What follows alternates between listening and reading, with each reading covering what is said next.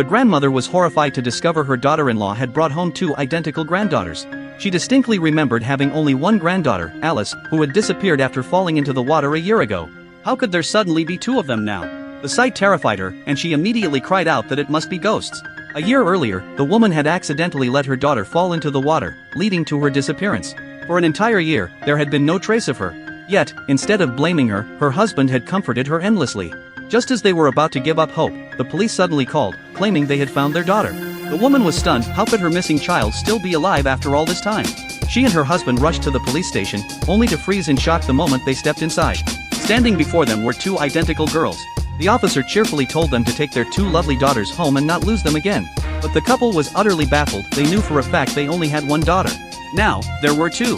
To determine which girl was the real Alice, the woman asked them to show their arms. Their daughter had a crescent-shaped birthmark. But to their disbelief, both girls bore the exact same mark.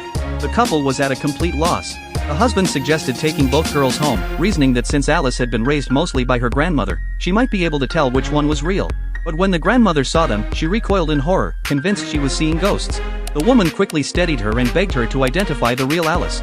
The old woman insisted her granddaughter had drowned a year ago, these two must be spirits, and demanded they be sent away immediately. Her reaction only deepened the couple's unease. The next day, they took the girls for a DNA test. The results were even more shocking. Both children were biologically theirs. The woman felt a chill crawl down her spine. Stranger still, the girls seemed to possess some kind of magic. Despite the grandmother's initial hostility and attempts to drive them away, the children visited her room one night, and by morning, the old woman was completely changed. She doted on them, calling them her precious treasures. Running out of options, the husband proposed sending both girls to school, hoping their teacher, who had taught Alice for 2 years, might notice something unusual.